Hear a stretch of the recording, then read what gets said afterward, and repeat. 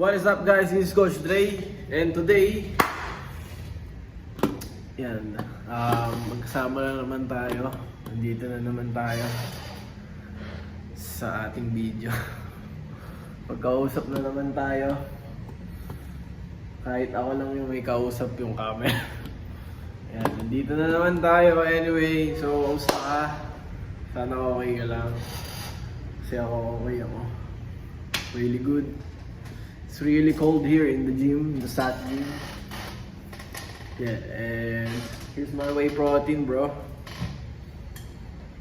Yeah, gold standard. Hindi ako sponsored, so joke lang, iyan natin. Baka naman. Joke lang. Yeah, gold standard, and yeah. Welcome back sa ating vlog. Dito na naman tayo, guys.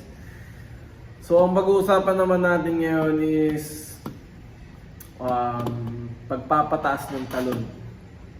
Kasi yung audience ko, mga nanonood dito, feeling ko maraming athlete na specifically volleyball or basketball. And if curious ka din kung paano, you're in the right video. Okay? Kasi yan, medyo may idea ako on how to improve your vertical jump. Nag-research kasi ako nito dati ba, way back high school hanggang college. Ako yung nag-iimbento ng program ko. Taas naman yung talong ko.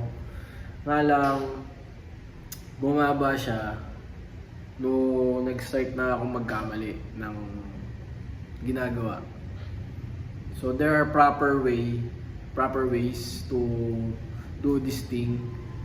And there are improper ways that will make you suffer dun sa part ng ng goal mo, which is tumaas na yung talon. So, first and foremost sa pagpapataas ng talon is unang-una,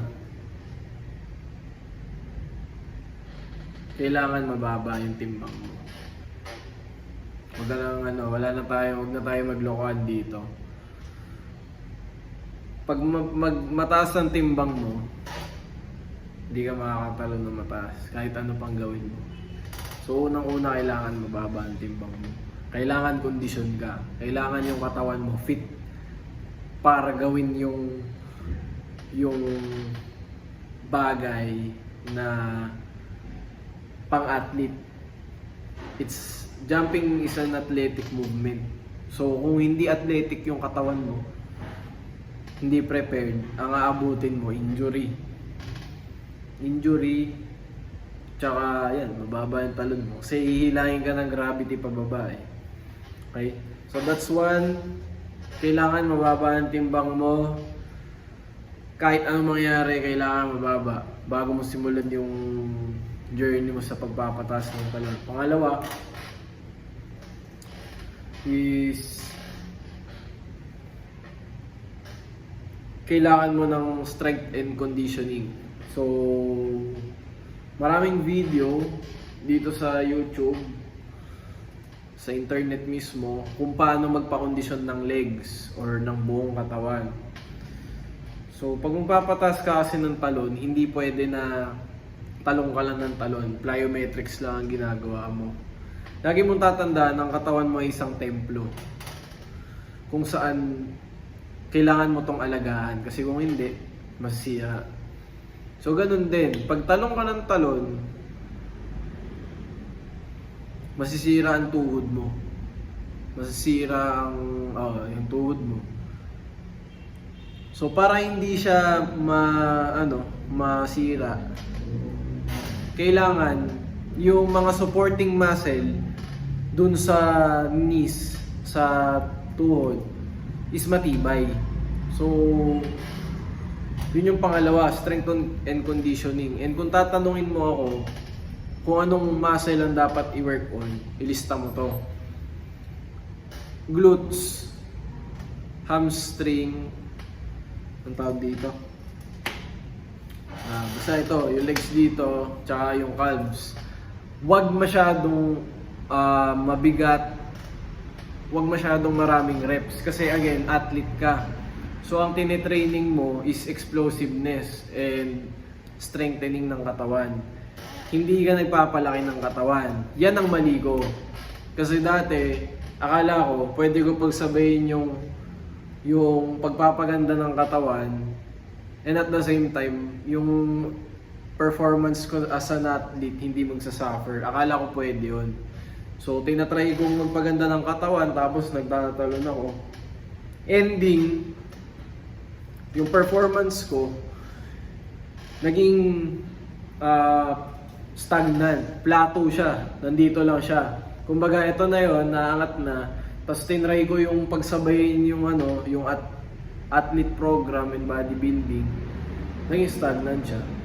Although masipag ako, nandun yung drive ko, araw-araw ako nag-workout, meron akong konting rest. Pero yung program ko, hindi aligned dun sa goal.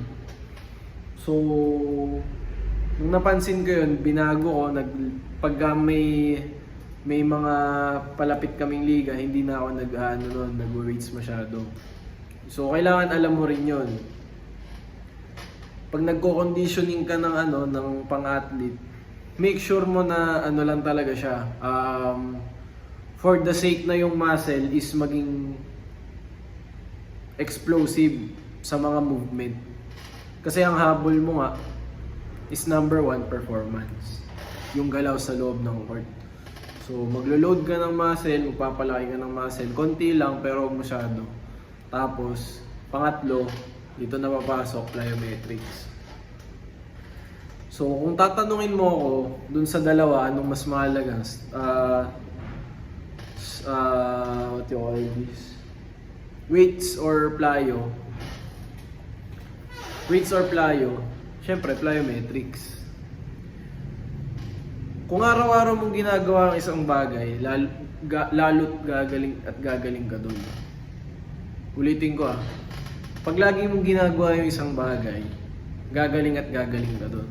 So, para tumaas yung talon mo, kailangan mo ng plyometrics. So, marami ring workout dito sa YouTube.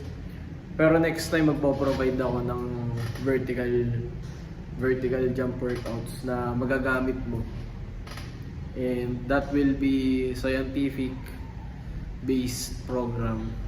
Ayaw natin ng parang nalaman lang tapos gagawin na.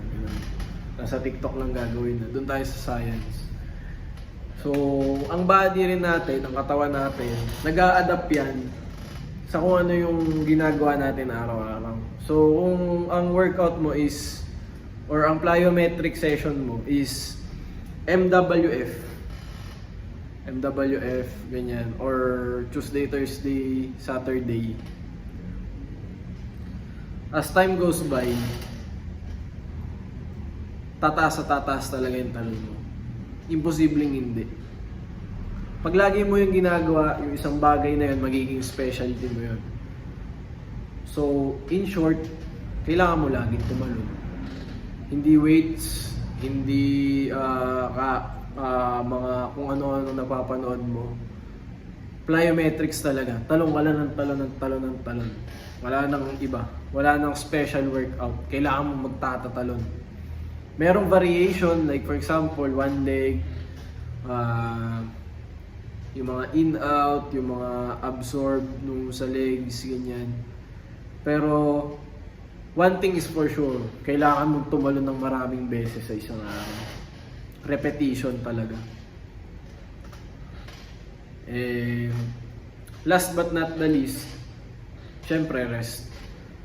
So, again, ang tinitraining mo is katawan mo. Nagpapataas ka ng talon. Kahit sa bodybuilding kasi ganito. So, lalagyan mo ng stress yung katawan mo.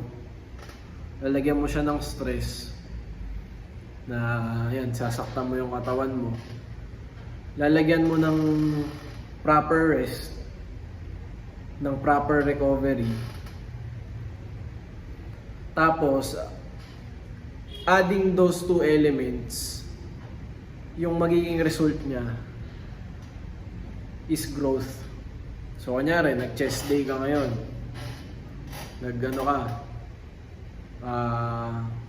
Dumbbell press. Sumakit. That's one. Natulog ka ng maganda. Kumain ka ng maganda. Nagpamassage ka. Kasi recovery pa din yun eh. Part of recovery yun ng katawan. Adding those two elements, especially yung sleep dun sa recovery, ang equivalent nun is growth ng katawan. So, hindi mo pwedeng abusuhin yung katawan mo na tatatalon ka, magbubuhat ka. Kasi yun yung mali ko dati. Kailangan meron kang proper rest, maganda yung ano mo, yung program mo. Merong mga interval ng conditioning tsaka plyometrics. Hindi pwedeng sabay-sabay, hindi rin pwede na may laro ka kinabukasan, maglalaro ka bigla, ganun. Talaga masisira yung program mo. Kaya kung kung magkakaroon ka ng journey, yung patago na na nagpapataas ka ng talon, kailangan mong tiyagain yung hindi ka muna maglalaro masyado. Or kung maglalaro ka man, please make sure na naka-recover na yung katawan mo. Yun siya. Okay? So yun yung 4. Kondisyon ng katawan mo, hindi pwedeng mabigat ka. Pangalawa, strength and conditioning, mahalaga yun para tumibay yung mga muscle mo. Pangatlo, repetition. So ang goal natin is tumaas yung talon. Pag araw-araw ang tumatalon, pag lagi mong ginagawa yung isang bagay, imposibleng hindi ka gumaling doon. Kasi mag-a-adapt ang katawan mo at saka ang utak mo. Ang neurological